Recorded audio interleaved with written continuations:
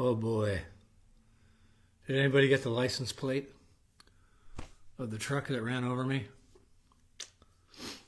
I had my shots yesterday. Berry, COVID, the newest flavor, extra crispy COVID, I don't know, a flu shot, and distemper.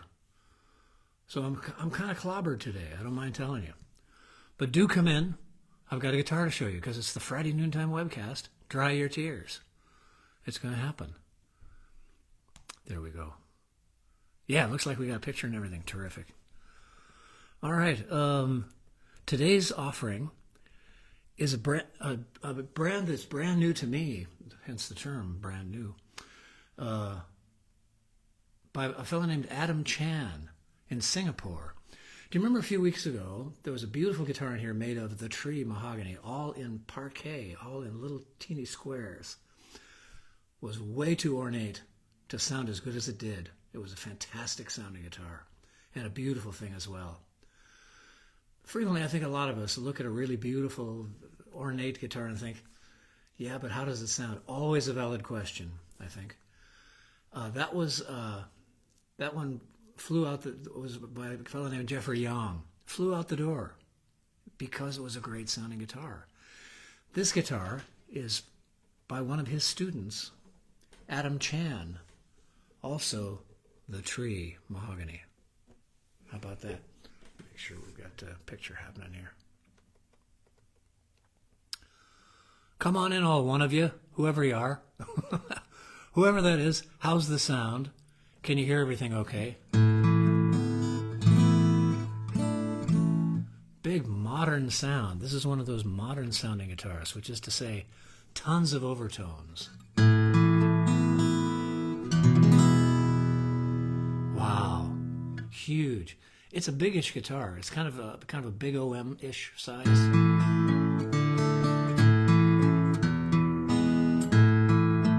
Really clear as a bell, and so damn beautiful. Look at that. Can you see? Let me check on my monitor here and see if you can see what I can see. This cool Ripley stuff. This is the tree. Perhaps you've heard me talk about the tree. Capital T, capital T. It was a mahogany tree in Belize, at the time British Honduras, that the loggers thought, oh man, this tree is so huge, it's going to be so figured. It was an immense tree. It was a mutant. It was truly a mutant that this tree came from, the tree. 100 feet tall, 50 feet to the canopy, 10 feet across, 10 feet in diameter. Immense. And it was really kind of twisted and gnarled at the bottom. And the loggers thought, boy, this thing is going to be just gorgeous once we chop it down. It's going to be fantastically beautiful. Well, it probably was, but it fell the wrong way, and it went down the incline. It went down the hill and sat at the bottom of a ravine for a long time until they found out a way to get the wood up and off to the one sawmill in the Amazon that could handle it.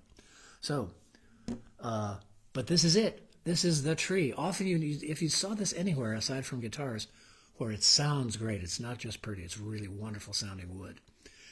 If you saw this anywhere, it would probably be in executive boardrooms as part of the paneling or a conference table. Highly prized for that. And the fellow who has brought back the tree into prominence in the guitar building world, Jay Howlett, would drive all over the country with a trailer and pick up slabs of the tree and bring it back to his digs here in the San Francisco Bay Area, and parcel it out to various companies. We've had some beautiful guitars made by Breedlove, Jeffrey Young. John Datlin has made guitars out of the tree. Not just beautiful, sounds great, and I will demonstrate that for you now. Hi, Nancy Paul. Matthew Magner. Excellent. Hey, Matt.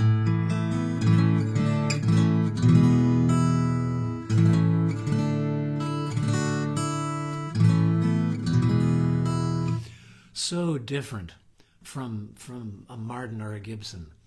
I kind of grew up with Martins and Gibsons in my ear, and so when I hear an overtone stack like this that's really different but really appealing, it kind of lights me up, makes my toes shoot up in my boot. Now, woods-wise, of course, it's the tree mahogany on the back and sides. It's got a sound port. The science isn't really in on sound ports, but some people really like them because it's kind of a little monitor speaker for the player. Singers sometimes don't like that. It's too much guitar information coming up at them when they're trying to sing across the guitar. So it's the tree mahogany on the back and sides, European spruce, an Engelmann spruce on the top, a Wenge neck, which is the wood. I don't know if you can see that in this kind of dimish light, but it's Wenge is certainly the most fun wood to say out loud. Wenge, with a nice volute. Let me read you. Adam Chan. This is so classy. On a piece of wood, puts the specs. Engelmann spruce, the tree mahogany, Wenge neck. Fingerboard is Malaysian blackwood. The neck joint is it's a bolt-on neck, as so many modern guitars are. We can talk about bolt-on necks sometime if you like. I don't mind them at all. You know, so long as it's a tight join. Transmission of energy along the guitar can be really good. And sometimes some of the glues that people use to glue in necks, the thought is that they don't transmit energy very well because they don't really dry in a hard crystalline structure, which is why people like animal products for glue, because that stuff dries in a really hard crystalline structure and presumably transmits more energy across the length of the guitar. Science. The nut and saddle are unbleached bone. Nut width is 44. It's a little on the wide side of 1 3/4, and not quite 1 13/16, but a wide 1 3/4. The scale length is quite long. It's on the wide side. It's on the long side rather of 25.5. So for drop tunings, well, let's try it. Oh, and these tuners, check them out. VS tuners with a little button on the end. And they're smooth as silk. Really great tuners, VS tuners. First time I've seen a guitar with them on there.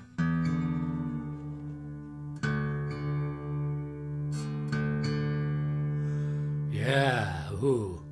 That's making my gizzards vibrate in my chest.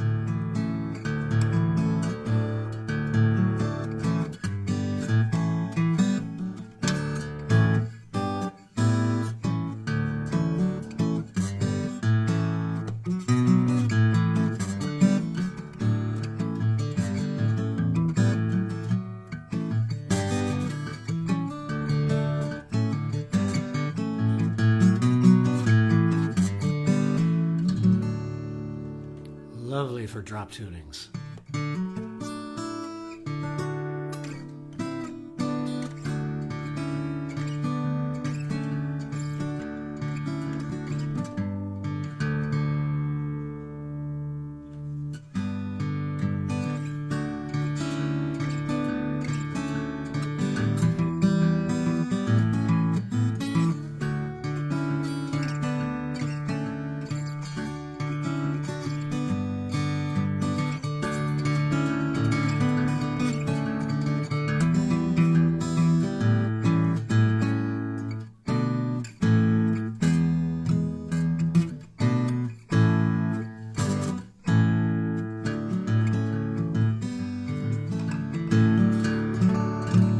It's lovely. It's so different, but so satisfying.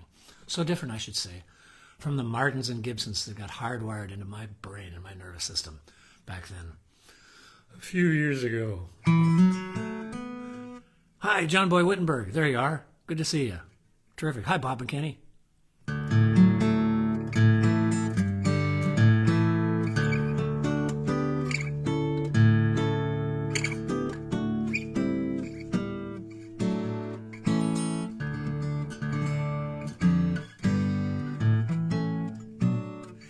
I can feel a little bit of the grain of the Wenge on the neck, and I like that. It's not super glossy, very matte finish, and I can feel the grain through the light finish that's on there. Really, it's ridiculous to talk about a feeling as tactile, but it's got a lot of tactile appeal, says I.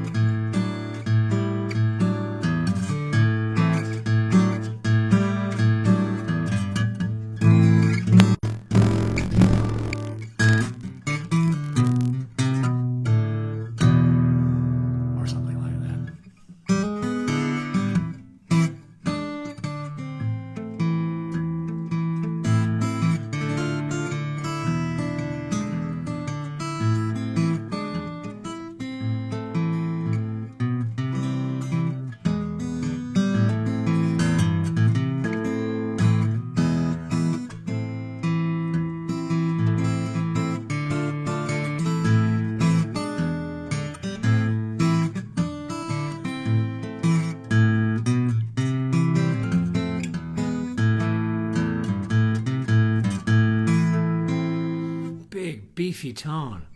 See what happens up on the skinny end of it, up here in the deep end of the pool. Lovely, sweet. Ooh, there's almost a, it's so hard to talk about sound. Sometimes I wonder if, I find it useful for myself to describe, and sometimes other people actually kind of get what I'm talking about too, on those rare occasions. Useful to talk about sounds up the neck in particular as having either a vowel or a consonant component to them. Very fluty up here. Ooh, ooh. It's ooh instead of an ah or an e sound. It's an ooh sound or an o sound.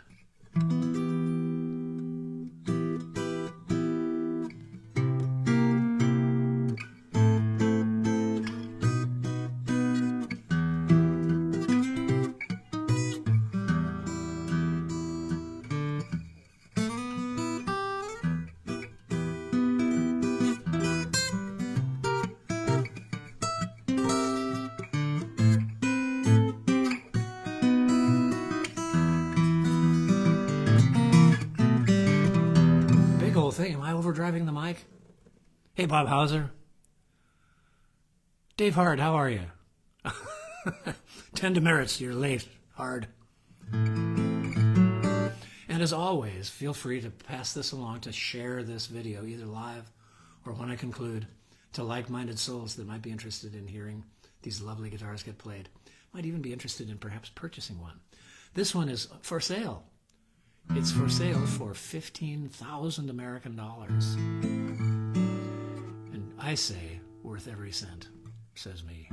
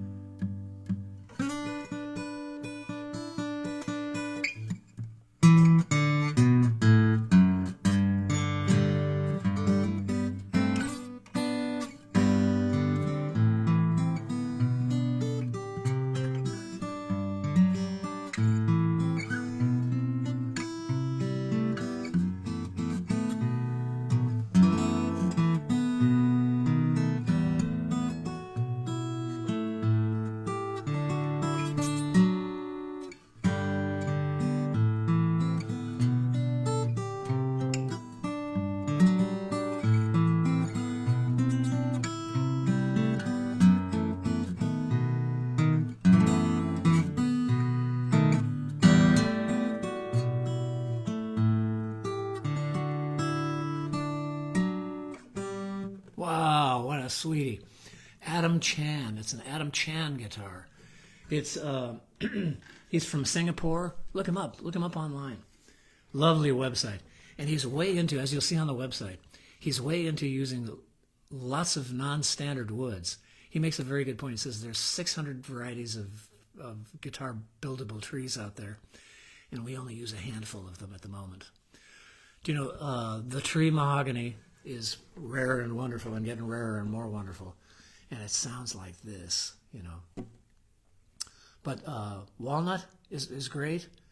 There are all kinds of non-rosewood and non-mahogany trees out there that make great guitars, you know. And he's way into that stuff. And so you take a look at his website, AdamChanGuitars, I think, .com. So you can Google him up.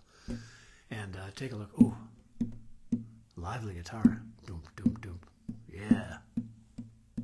Hi, David Hilliard. There you are. Wowee, interesting guitar. And gorgeous. Look at that. Do you know what I really like is on the back here, this little swirl of inlaid, I think that's maple, isn't it?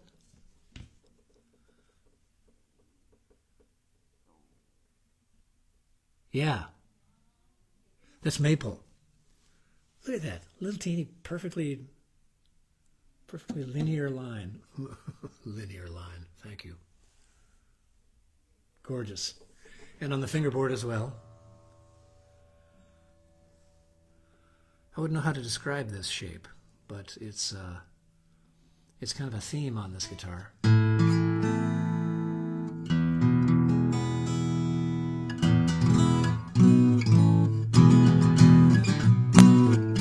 going to back up because I'm sure that's too loud.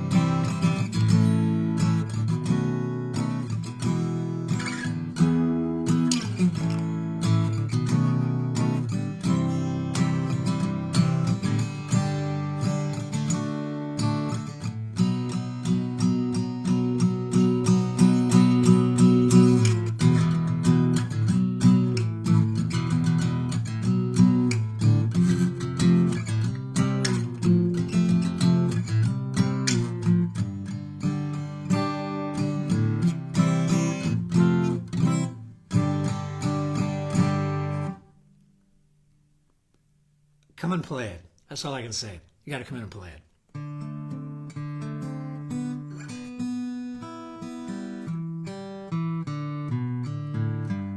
Great separation of notes. It strums really good, and it saturates nicely enough, but I think the articulation of it, each note standing out really distinctively.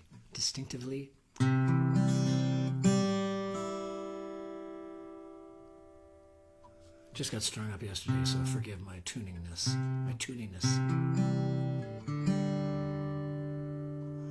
These VS tuners are really smooth as silk.